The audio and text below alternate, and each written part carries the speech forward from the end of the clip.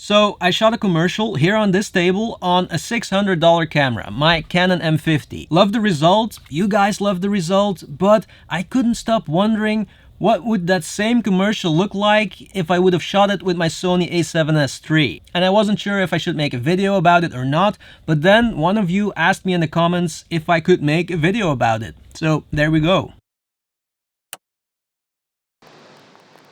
Enchanté.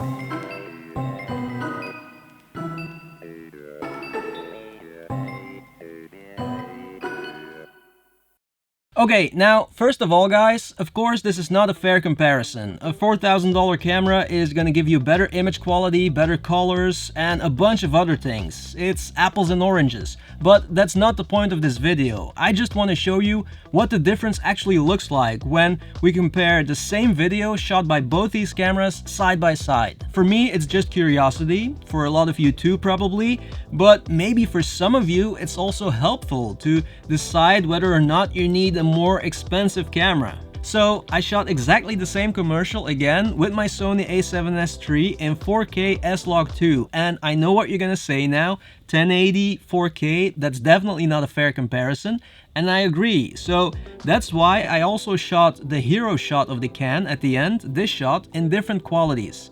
1080, 4K 8-bit, and 4K 10-bit 422. Now, I can tell you already, YouTube compression sucks, but you should still be able to see the difference. Okay, now, before I show you the whole commercial again in 4K, first let's compare the original 1080 to Sony 1080 8-bit. Is it the Sony on the left or the right? You should be able to tell the difference. The Sony version, S-Log2, it looks richer, and this is not even 10-bit color, which would be actually more ideal when shooting in a log profile. There's also more detail, color transitions look nicer, but I have to be honest also, I think the lighting in the Sony shot is a little bit better. If you look at the water droplets, they look a bit nicer, right? But is the difference so significant that you would say that the Canon M50 looks bad? No, right? Look, we have a 24 megapixel APS-C sensor and a 12 megapixel full frame sensor with big pixels that absorb the light more efficiently. Based on that alone, it should look different. The Sony should look better. But there was actually also a problem. I shot the original video with the Canon 22mm set at f2.0. Now, because the Sony is full frame, I couldn't shoot at the same aperture at f2.0 because the depth of field would be razor thin. Because it's full frame, and I wanted both videos to look similar. So I had to close the aperture on the Sony to, I think it was 3.2 or 3.5 even. But that also meant that I had to increase the ISO because some of my lights were already set at the maximum. And on top of that, I shot everything in S-Log2, which needs to be overexposed. So the Canon was set at ISO 400 and the Sony ISO 1600. Just so I could get a similar depth of field in both videos. But there's definitely already a difference when shooting in 1080. For me, the most important difference is not even the detail and the sharpness. It's colors and dynamic range. You can see it here, for example. The Canon blows the highlights, but no problem for the Sony. There's just more room to color grade and to work with the footage without destroying the image. And especially for this commercial, the M50 also can't handle the bright red colors as well as the Sony. And you can't tweak them too much in post because then you destroy the image. So there's definitely a difference, but the real question is that difference significant enough to justify the expensive price tag? That's something you have to decide. If you're a professional, then probably yes. But like I said, I love what the M50 does for 600 bucks. You know, the thing is, a lot of times you can only see the difference when you put both images side by side, when you compare them side by side. There was not one comment on the original M50 video saying that the quality looked bad or something like that. You know what I mean? But then when you put both images side by side, then you start seeing the differences. Okay, but now the real deal, 4K and 4K 10-bit.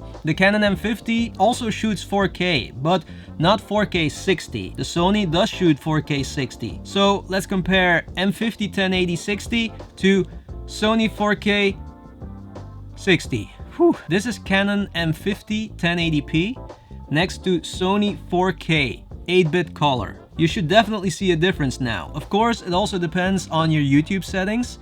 If you're watching this video in 720p, you're not gonna see much of a difference. If you're watching in 4K, then, you know.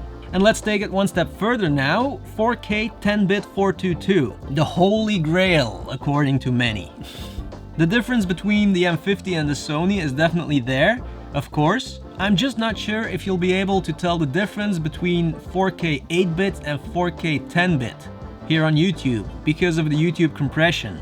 And I'm also always under the impression that you can only really feel the difference between 8-bit and 10-bit when you're color grading. And what kind of screen are you watching on, you know? Your phone or a calibrated 4K display? So there's definitely a valid reason to buy a more expensive camera. There's a difference in colors, dynamic range, bit depth, sensor quality, log profiles. It does look better, there's no discussion about it. And then I'm not even talking about weather sealing and 4K 120 and things like that. That quote, gear doesn't matter, I do agree, but to a certain level, you know? Absurd example, you can't make a movie like The Revenant on a Canon M50. I mean, you can, but it will never look the same. It will never feel the same. For YouTube videos, the Canon M50, perfect. Okay, and now let me show you the whole commercial again in 4K. First, without comparing it to the original M50 footage. And then you have to ask yourself, does it really look so much better that I need a more expensive camera? Because we all have different needs and expectations. Let's watch it first. Enchanté.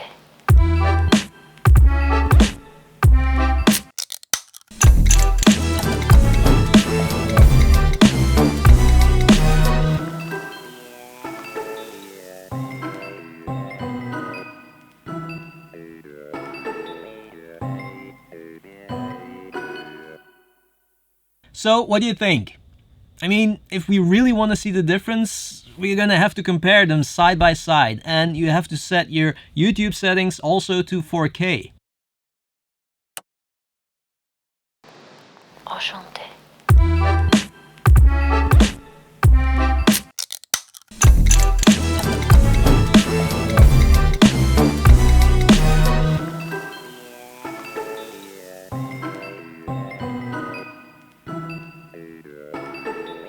Of course, there's a difference, but let's come to this conclusion. Yes, there's a difference, but that difference does not make the cheaper camera, the M50, look bad. Not at all. I think that's very important to understand, and a nice way to end this video. I hope you've enjoyed it. If you have, give this video a thumbs up, subscribe if you haven't already, share this video. Thank you so much for watching, and see you in the next one.